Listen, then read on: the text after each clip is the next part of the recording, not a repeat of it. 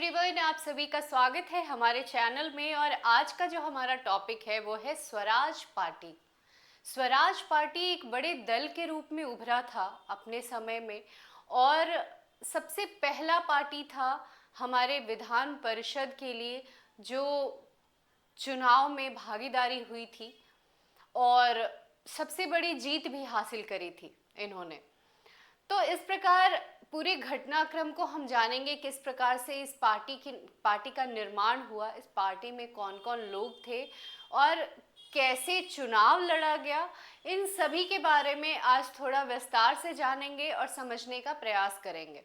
तो चलिए स्वराज पार्टी के बारे में जानते हैं। क्या है स्वराज पार्टी? स्वराज पार्टी का घटनाक्रम पहले समझेंगे कि इसका निर्माण कैसे हुआ, क्या कारण रहा। तो सबसे पहले हम पृष्ठभूमि की तरफ चलेंगे। तो असहयोग आंदोलन के बाद से ही कांग्रेस के भीतर आगामी रणनीति को लेकर मतभेद होना शुरू हो गया था, क्योंकि उस समय गांधी जी जेल चले जा चुके थे और बिल्कुल नेतृत्व विहीन हो चुका था असहयोग आंदोलन। और असहयोग आंदोलन के पश्चात लोग सोच रहे थे कि अब क्या किया जाए। तो इस प्रकार से जो रणनीतियां चल रही थी उसमें बहुत मतभेद होना शुरू हुआ और दो विचार उभर के आए। और वो दो विचार कौन कौन से थे उसके बारे में हम समझते हैं। तो दो विचार, परिवर्तनवादी समूह और एक अपरिवर्तनवादी समूह, जिसे प्रो चेंजर्स और नो चेंजर्स के रूप में जाना जाता है। अब प्रो चेंजर्स कौन थे? प्रो चेंजर्स विधानमंडल में प्रवेश करने के समर्थक थे। अब असहयोग आंदोलन में आप देखेंगे कि उसमें क्या क्या रणनीतियां अपनाई गई थी, क्या कार्यक्रम चलाए जा रहे थे। तो विदेशी कपड़ों का बहिष्कार हो रहा था, विदेशी शिक्षा का बहिष्कार हो रहा था, प्लस जो विधान मंडल जैसे संस्था का निर्माण किया गया था उसका भी बहिष्कार किया गया था। तो उसी को लेकर के जो कांग्रेसी थे वो चेंज नहीं करना चाहते थे। वो कहते थे कि गांधी जी के नियम के खिलाफ है और हम कभी भी अपने जो आंदोलन के नियम हैं उसे नहीं तोड़ना चाहेंगे। तो इसलिए वो विधान मंडल को स्वीकार नहीं कर रहे थे, विधान परिषद को स्वीकार नहीं कर रहे थे और वो नो चेंजर्स के रूप में उभरे विधान मंडल में प्रवेश का विरोध कर रहे थे। और जो विधानमंडल में प्रवेश करना चाह रहे थे वो उसके समर्थन के रूप में परिवर्तनवादी समूह, जिसमें चित्तरंजन दास जैसे, मोतीलाल नेहरू जैसे लोग शामिल थे। तो इस प्रकार ये दो गुट बन के उभरे और दोनों गुट ने अपने अपने थॉट दिया कि क्या उनका थॉट प्रोसेस था कि विधानमंडल में हम प्रवेश करके उनकी ही नीतियों को बदलने का हम प्रयास करेंगे, उनके लिए उनके साथ ही बैठ करके लड़ेंगे। लेकिन इनका कहना था, नो चेंजर्स का, कि हम अगर विधानमंडल में प्रवेश करते हैं तो उनकी नीतियों को स्वीकार करते हैं, विधानमंडल को स्वीकार करते हैं, तो इस प्रकार तो अंग्रेजों की जीत हो जाएगी। हम उन्हीं के चीजों को अगर स्वीकार कर लें तो फिर वहीं रह के हम कैसे लड़ेंगे? उन्हीं के चीजों को स्वीकार भी करेंगे और उन्हीं से लड़ाई भी करेंगे, ये कैसे संभव हो सकता है? तो इस प्रकार उनका मत था और इनका मत था कि हम वहां रह के ही उनकी नीतियों से हम लड़ाई कर सकते हैं और हम जीत हासिल कर सकते हैं। और इनका कहना था, एक और मत इन्होंने दिया कि अगर हम विधानमंडल में प्रवेश करते हैं तो कहीं ऐसा संभव भी हो सकता है कि हम बहुत ज्यादा ऐश्वर्य लोभी हो जाएं, हम वहां रह करके अपनी ही चीजों को भूलना शुरू कर दें, सुख समृद्धि में रहना पसंद करना शुरू कर दें। तो इस प्रकार हम उसमें शामिल नहीं होंगे। हम जहाँ हैं, जैसे हैं, उसी प्रकार हम लड़ाई करेंगे। हम वहाँ से बाहर रहकर ही उनका विरोध करेंगे, उनके अंदर प्रवेश करके हम विरोध नहीं करेंगे। और इनका कहना था कि हम उनके ही संस्था में प्रवेश करके उनकी ही नीतियों से, उनके ही खिलाफ हम लड़ाई करेंगे और हम प्रवेश कर सकते हैं। इनका ये भी कहना था, एक मत, कि विधानमंडल में हम प्रवेश करें या ना करें, ये संस्था का निर्माण तो जरूर होगा और चुनाव भी एक समय लड़ी जाएगी। तो फिर उसमें अगर हम भारतीय शामिल नहीं होंगे तो फिर हमारे लिए खड़ा होने वाला कौन रहेगा? फिर तो अंग्रेज ही अंग्रेज रहेंगे। तो इसलिए हमारा शामिल होना बहुत जरूरी है। तो इस प्रकार से इनका कहना भी एक तरह से सही ही था। तो अब दोनों में मतभेद बहुत ही ज्यादा उभरने लगा था और इन मतभेद का एक ही सॉल्यूशन था, कहाँ पे? अधिवेशन में। तो कांग्रेस का अधिवेशन बुलाया गया 1922 में, गया का अधिवेशन। आप इसको नोट डाउन करेंगे, याद भी रखेंगे कि गया का जो 1922 का अधिवेशन है ये बहुत इंपॉर्टेंट है, एग्जाम में हमेशा पूछा जाता है। बिहार के पीसीएस में तो लगातार इससे क्वेश्चन बनते हैं। तो 1922 में गया अधिवेशन हुआ था, जिसके अध्यक्ष कौन थे? चित्तरंजन दास। कौन थे? चित्तरंजन दास। ठीक है। तो चित्तरंजन दास ही इनके यहाँ गया अधिवेशन में अध्यक्ष रहे और उन्होंने ही इस प्रस्ताव को पेश किया लोगों के सामने। और जब प्रस्ताव पेश किया गया विधानमंडल में प्रवेश करने का प्रस्ताव, तो कांग्रेस ने बहुमत से खारिज कर दिया। अब बहुमत से जब ये विधानमंडल में प्रवेश का जो प्रस्ताव था वो खारिज हुआ, तो इससे नाराज होकर जो चित्तरंजन दास और मोतीलाल नेहरू थे, वो दोनों ने अलग पार्टी का निर्माण किया और वो अलग पार्टी का नाम क्या रखा गया? स्वराज पार्टी। क्या नाम रखा गया?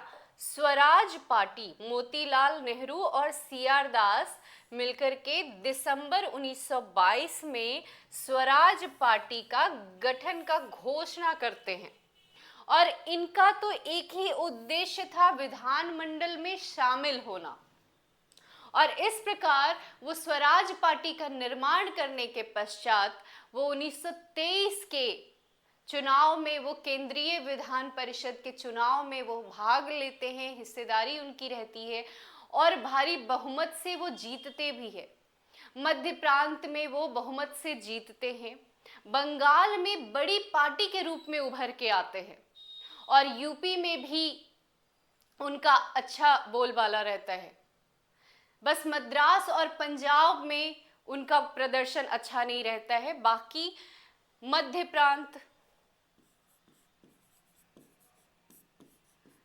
प्रांत में बहुमत से ये जीतते हैं। फिर बंगाल में भी इनकी जीत होती है, बड़ी पार्टी के रूप में उभर के आते हैं। और फिर यूपी में भी इनकी अच्छी खासी जीत रहती है। तो इस प्रकार लगभग 101 सीट पर इनको 42 सीट पे जीत हासिल होती है। आप समझ सकते हैं कि अपने टाइम में सबसे बड़ी जीत है इनके लिए। और इस प्रकार स्वराज पार्टी का जो उद्देश्य था वो एक तरह से पूरा भी होता है और ये जीतते भी हैं। और अपने उद्देश्य की पूर्ति में ये अंग्रेजों के गुट में ही रह के अंग्रेजों के खिलाफ ये लड़ाई भी करते हैं। और इस प्रकार इनका बोलबाला हो जाता है पूरे इंडिया में। और उस समय गांधी जी जेल में थे और गांधी जी को अंग्रेज जब छोड़ते हैं तो उनको इशारों में बोल देते हैं कि आप स्वराज पार्टी के विरोध में खड़े होंगे।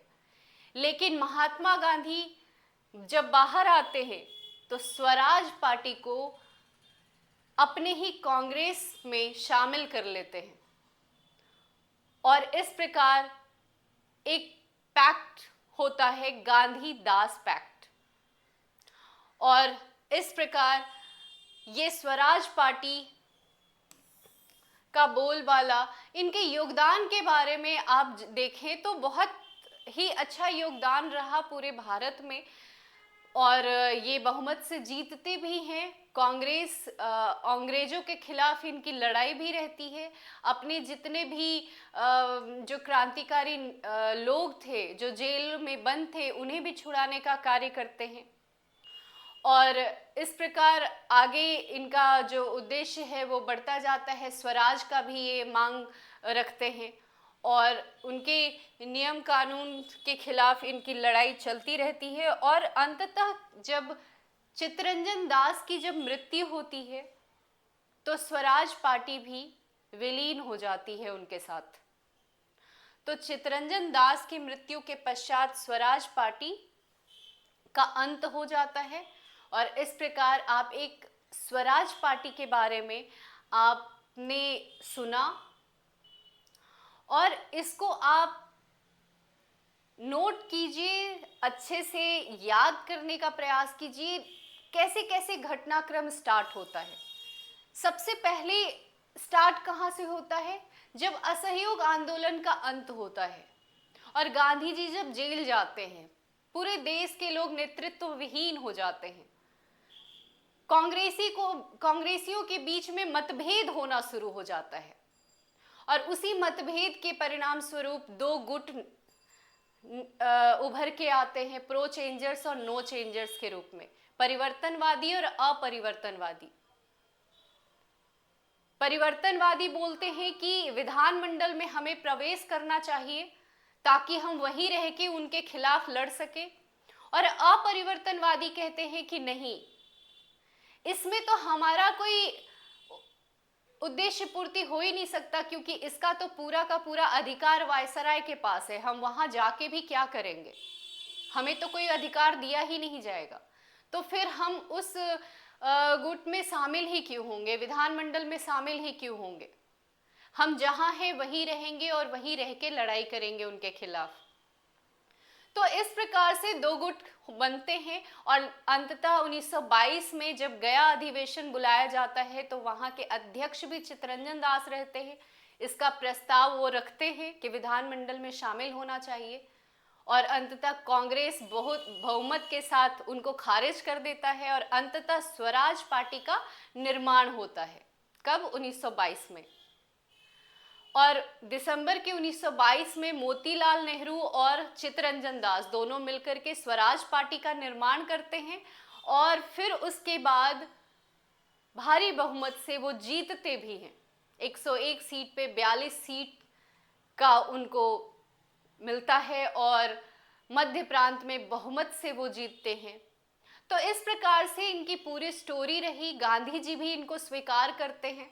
बेलगांव के अधिवेशन में जहां पहली बार गांधी जी अध्यक्ष के रूप में पहुंचते हैं और वहां इनका जो स्वराज पार्टी है उसको कांग्रेस के नियम के अनुसार ही उन्हें स्वीकार कर लेते हैं और कहते हैं कि कांग्रेस तो लड़ाई नहीं लड़ेगी लेकिन स्वराज पार्टी विधानमंडल में प्रवेश कर सकता है और चुनाव लड़ सकता है, तो आप लड़िए। और इस प्रकार स्वराज पार्टी का उदय होता है। लेकिन चित्तरंजन दास की मृत्यु के पश्चात स्वराज पार्टी का अंत भी हो जाता है। तो इस प्रकार पूरा स्वराज पार्टी का कहानी है, स्टोरी है, इसको आप याद रखिए पॉइंट वाइज धीरे धीरे, ताकि एग्जाम में कहीं से भी घुमा के क्वेश्चन पूछ दे आप उसका आंसर बड़े आसानी से कर सकते हैं। तो इस प्रकार ये पूरा स्टोरी रहा, इसको आप याद कीजिए और समझने का प्रयास कीजिए। सबसे पहले तो कॉन्सेप्ट बिल्ड कीजिए, कैसे कैसे शुरुआत हुई, कैसे इसका अंत हुआ, तो सभी को आप याद कीजिए, तभी आप आगे बढ़ सकते हैं। एग्जामिनेशन में बस एक ही रूल है जो आपको आगे ले जा सकता है, वो है प्रैक्टिस, डेली प्रैक्टिस। जितना ज़्यादा आप रिकॉल कर सकते हैं चीज़ों को, आप जो भी पढ़ें उसको रिवाइज कीजिए। रिवाइज जितना ज़्यादा करेंगे आप उतना ही ज़्यादा आप शीर्ष पे पहुंचेंगे।